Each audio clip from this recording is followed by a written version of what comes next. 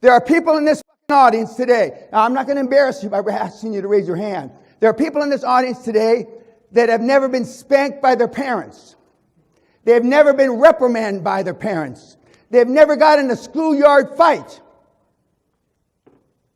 They wouldn't say shit if it was in their fucking mouth. And you wonder why the country, the world's so fucked up. I can see. And that's why I call you snowflakes. Because you melt under pressure. I can eat you 10 at a time in this room. And the guys that are 6-pack, 4% body fat, pill poppers, I can take 20 at a time.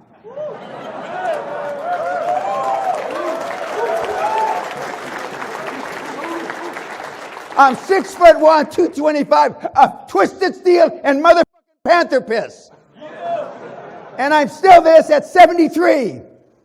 When I was 33, I killed the whole room.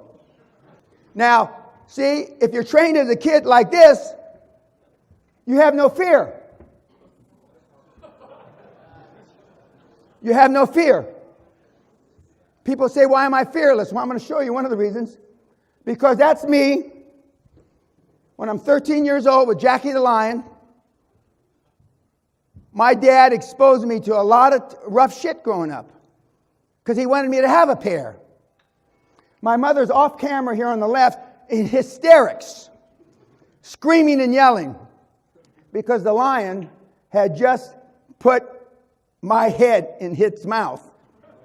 That's the MGM line, though, you know, the one on the beginning of MGM. I've been doing stuff like this since I'm a little kid. Once you become fearless, life becomes limitless. I'm not going to ask you, one of the homework assignments we have, it's online, is what are you afraid of?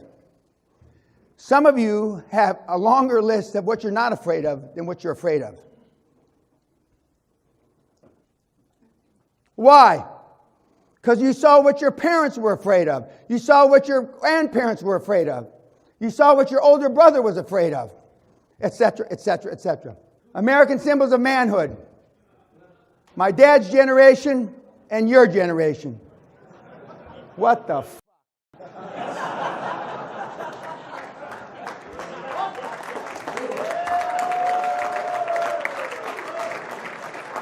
Men back in the days and men today.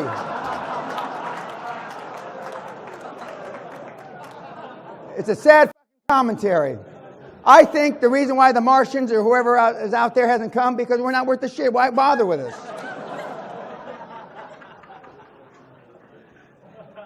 Now, this is a real slide from one of my mentees from Paris. He's so ashamed of being a snowflake and being raised by snowflakes. They have a society in Paris. They go once a month and they beat each other like this. That's a real slide. Many in this room should have been beaten like this. A lot of you are ashamed in this room about being a snowflake. You laugh about it, but laughing is a coping mechanism. You don't like being, you don't like having a dry weenie, and you don't like being a cunt. You know it. Jason is one of the best at what he does.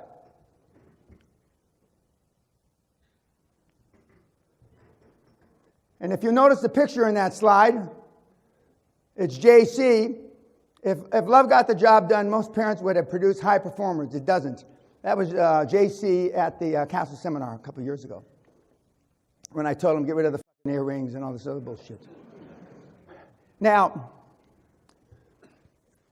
if you think that you're going to blend into society looking like a freak, whatever you're taking, if it's not addictive, give me some of the shit. I mean, so I can hallucinate as well. Life expands and contracts with courage through pain. Being successful at anything. For those of you that played sports in high school or college or whatever, you know the better trained teams normally won. Best prepared teams normally won.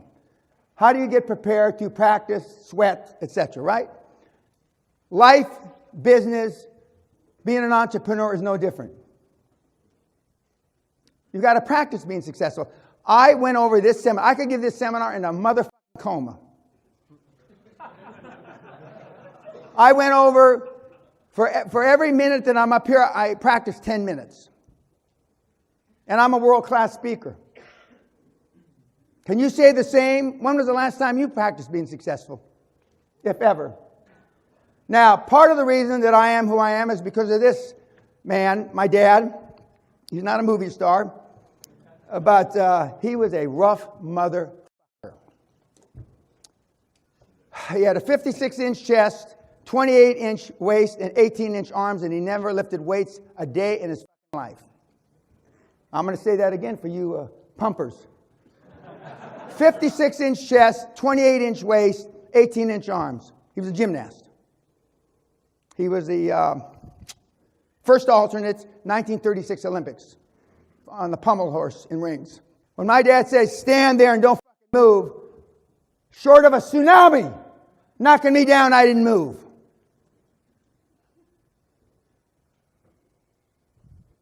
When my mother said, I want you to do such and such, and I said, no, I'm not going to do that. And I said, well, I guess I'm going to have to wait and tell your dad when he gets, no, we don't have to get dad involved. What, exactly, Mom, what did you want me to do again? What was it?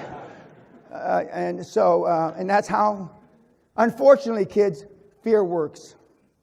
It's a shitty thing to say, but motherfucking fear works. Mao Zedong proved it. Hitler proved it. Stalin proved it. And I can go down the line. The Genghis Khan, fear fucking works. He was not a great dad, but he was an extraordinary man's man, which most of you in this room can't say about your dad. Most people come to me because they got daddy issues, either on the surface or, as the psychiatrists say, sub rosa. What that means is you had no role model father. I'm the alpha male dad you never had. And believe me, I don't need any more kids. That's a sad commentary that you got to come and listen to a psychopath guy in his 70s who's made a shit ton of money because you didn't have a dad that disciplined you. You didn't have a dad that was a good role model. That's sad. I'm indebted to my father for living. I just figured out what these things are here. I'm indebted to my father for living, but to my teacher for living well. Alexander the Great. That teacher was his mentor.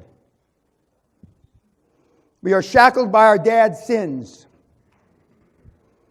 When one has not had a good father, one must create one. Nietzsche. Children begin by loving their parents. After a time, they judge them. Rarely, if ever, do they forgive them. This is not new shit, but nobody's teaching it, are they? I have no fucking book. I have nothing. I don't want your fucking money. I haven't had to work in 35 years. But I still have more fire and passion than probably anybody in the room. It is easier to build strong children than repair broken men. One of my brothers there, Frederick Douglass. Sigmund Freud said it best, being entirely honest with oneself is a good exercise. We are never so defenseless against suffering as when we love. I cannot think of any need in childhood as strong as the need for father's protection. And for those of you that were raised just by a mom, i.e. you didn't have it. And i.e., where are you? My father didn't have a father. His dad died a few months before he was born. So my dad served in 2 wars, Second World War and Korean War, and he raised me like the military. I.e., then I volunteered. I saw my dad volunteer twice, so I volunteered during Vietnam. You do not what your parents tell you to do. You do what you see them do. I used to work 100, 120 hours a week. I saw my dad never take a day off in 28 years.